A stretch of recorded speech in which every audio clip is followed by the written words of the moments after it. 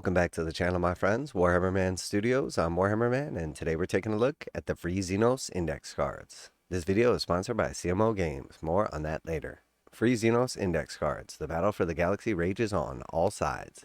The galaxy is crawling with Xenos threats, who are quite happy to take advantage of the Tyrnid attack on the Imperium in order to press their own agendas.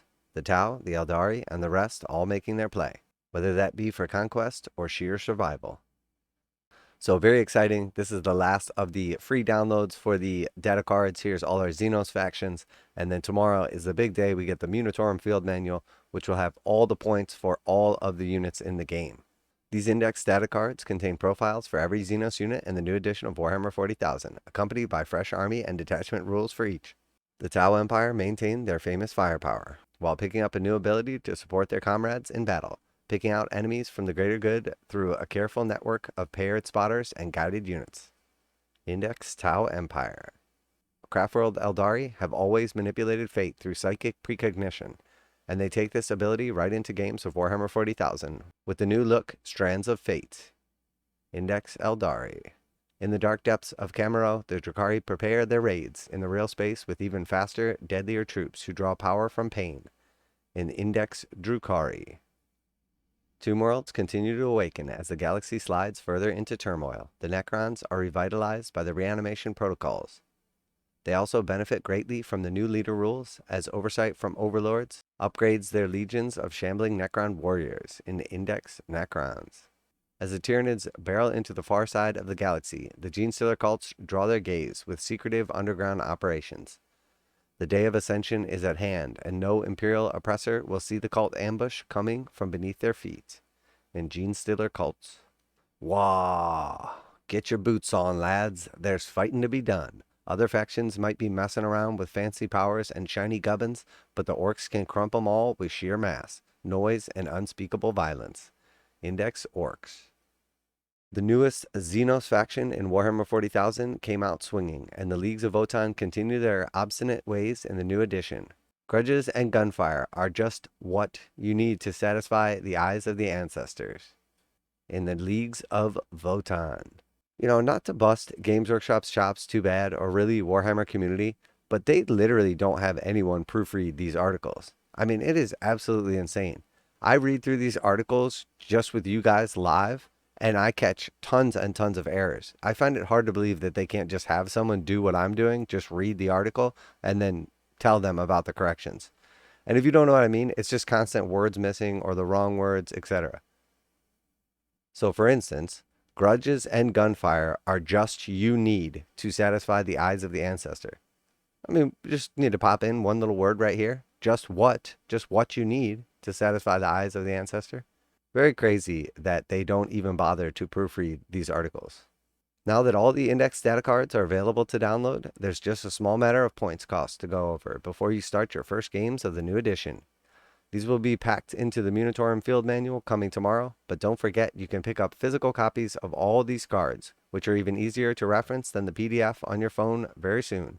So I am interested how they're going to roll out the cards and what the price is going to be, because that is going to be a big determinant for me, because I have almost every army of Warhammer 40,000, or at least some portion of it.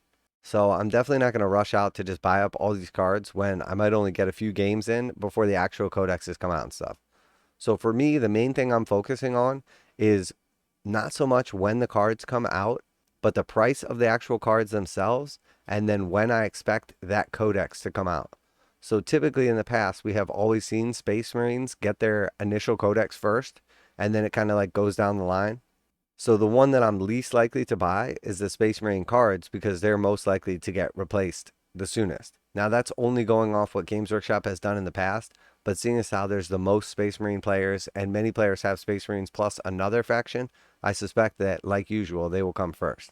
Now a quick message from today's sponsor. CMO Games has been selling Games Workshop products online for over 20 years. They carry the full line of Games Workshop products, including Warhammer 40,000, Age of Sigmar, Necromunda, Blood Bowl, paint tools, and more. Almost all Games Workshop products are priced at 15% off MSRP. CMO Games takes pre-orders for most Games Workshop products released at their earliest date possible. 12:01 a.m. on Saturday, they go live. Most of these pre-order products are also priced at 15% off MSRP. CMO Games offer free shipping in the US 48 with an order of $50 or more. Their customer service is top-notch and they ship most orders within 24 hours. Visit CMOGames.com using the affiliate link in the description and let them know that you heard about CMO Games from Warhammer Man. Now, back to the video.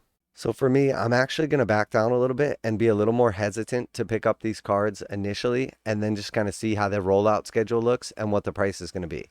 If we're looking at like $20 a set for these cards, that's one thing. But if it's going to be like a $30, $35, $40 a set, I'm not just going to waste my money buying like 25 factions worth of cards that are going to be obsolete within a year or so. And I'm also very curious as to like what the rollout schedule is going to be on the codex. Because we basically just got the World Eaters Codex, the Leagues of Votann Codex, and the Astra Militarum Codexes all towards the end of the edition, and 2 of those factions are essentially brand new. So I'm not super excited to go out and start dumping new money on new codexes, but Games Workshop also has not been very specific as to whether or not the actual codex contents are going to be free or not. I completely understand selling the physical books and codexes, and I'll buy a lot of those because I like the lore and the art and everything, and I really enjoy like physical books.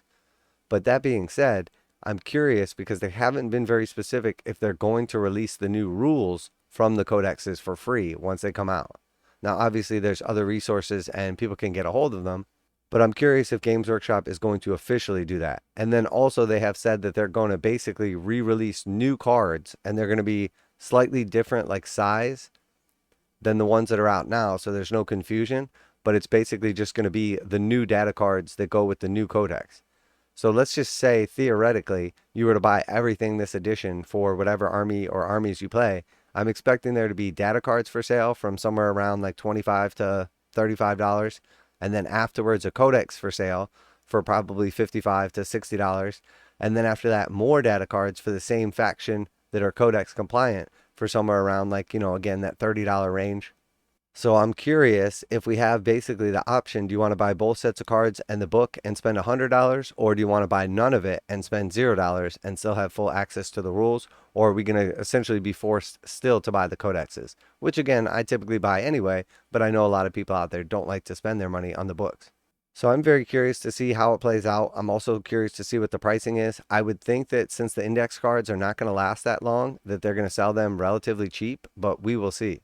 In the past edition, when they did this, they did books for the indexes, but they essentially did like, I want to say it was something like 4 books, and each book had, basically like all the Xenos factions in it, or all the Imperial factions in it, etc. But those books were still relatively cheap at the time, and they were essentially like the equivalent of a codex, but for multiple factions with just the base rules. But it was everything at the time. So there's still a lot of questions to be answered. I have tried to watch most of the interviews and everything like that, but may have missed something along the way. But I have not seen specifically that they're going to only sell the rules in the codexes and that they're not going to release them for free, nor have I seen them specifically say that all the codex rules will be free and that you can optionally buy the book if you want the extra painting guides or pictures, etc. So I'm very curious to see how it all plays out. I'm curious to see what the prices are on this stuff, and as always, I will keep you guys updated. I have been combing through all these various index rules and looking at the ones that I'm more familiar with, the armies that I play the most, and kind of getting a comparison, kind of getting an idea as to where I think the factions are going to stack up, if there's anything really wrong with one faction or really great with another, etc. So let me know what you guys think down below. I always like to hear your guys' opinions. What's your favorite faction? Which one so far looks the strongest or the weakest? And as always, special thanks to CMO Games for sponsoring the video. That's it for today. Warhammer Man Studios. I'm Warhammer Man, and it's time for me to dive in. And I'm out of here.